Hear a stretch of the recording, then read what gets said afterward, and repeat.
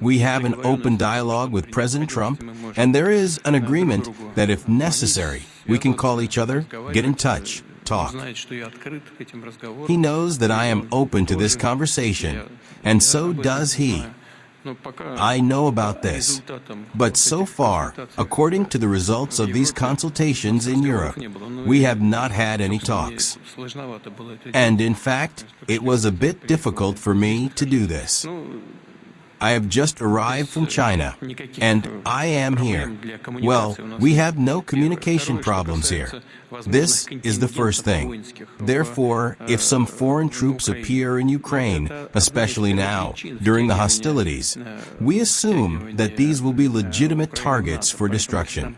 And if the decisions that will lead to peace, to a long-term peace, are reached, then I simply do not see any point in their being in the territory of Ukraine. That's all.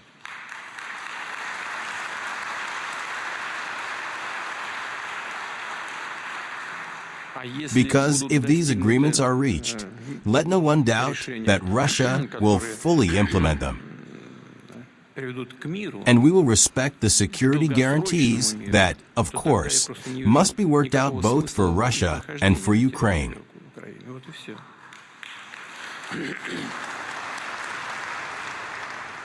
And I repeat once again, Russia will certainly implement these agreements. But in any case, no one has discussed this with us at a serious level yet. After all, quite recently, the leadership of the Kyiv regime, to put it mildly, did not respond to us easily and excluded all possible direct contacts. Now we see that they are asking for these contacts. In any case, they offer them. I have already said many times that I am ready for these contacts. But at the press conference in Beijing, which you mentioned, I said that I do not see much point. Why? Because it is almost impossible to reach an agreement with the Ukrainian side on key issues. Even if there is political will, which I doubt, there are legal and technical difficulties, which are that any agreements on territories must be confirmed in accordance with the Constitution of Ukraine at the referendum. In order to hold a referendum, it is necessary to cancel the military position. It is not held in the conditions of the military position. If the military position is cancelled, it is necessary to immediately hold the presidential election.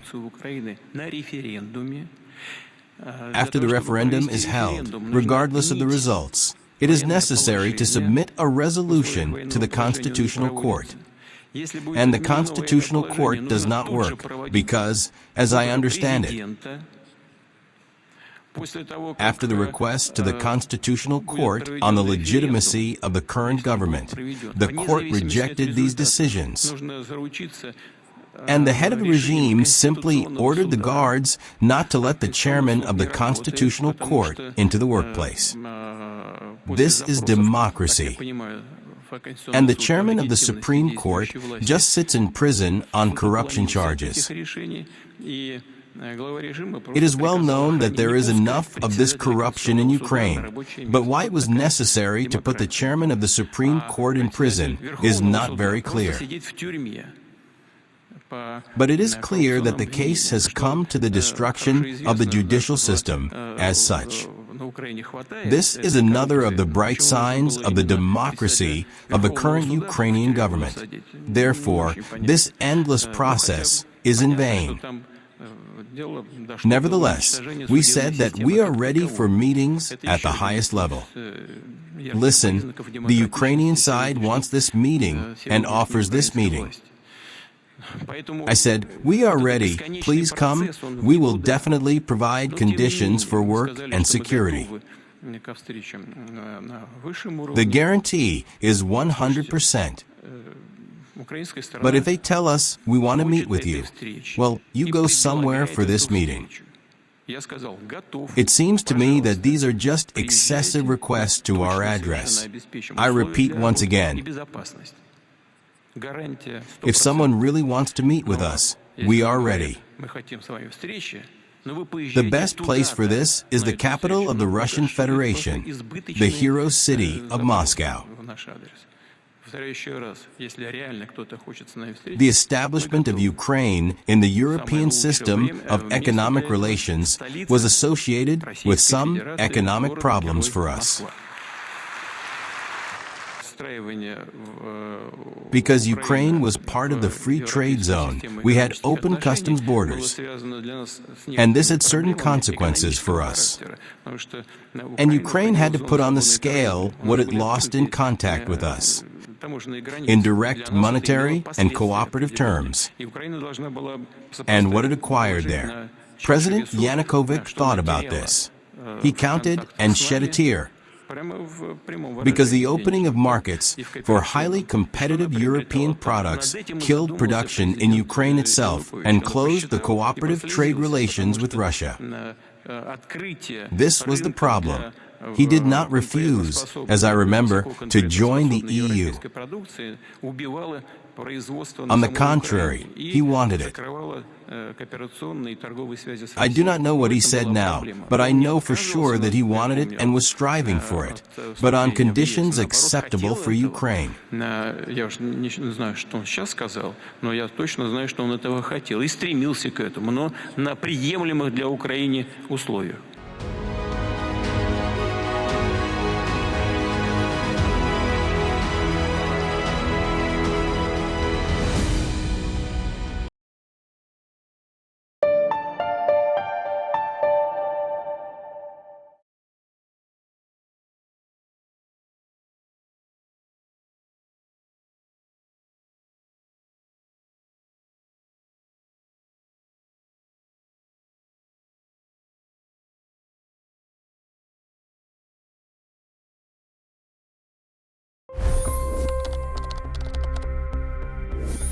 $25 crore गरीब गरीबी को परास्त करके बाहर निकले।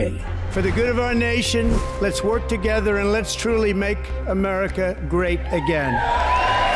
The fastest news breaks. Requested PM saying that we will have to speak to Putin and to Zelensky. The biggest news makers. The relationship with India is probably the most important bilateral relationship the U.S. will have for the rest of this century. The capital delivered quite an election result today. Expert analysis. The million-dollar question today is how to stop this dance of death. Ground reports.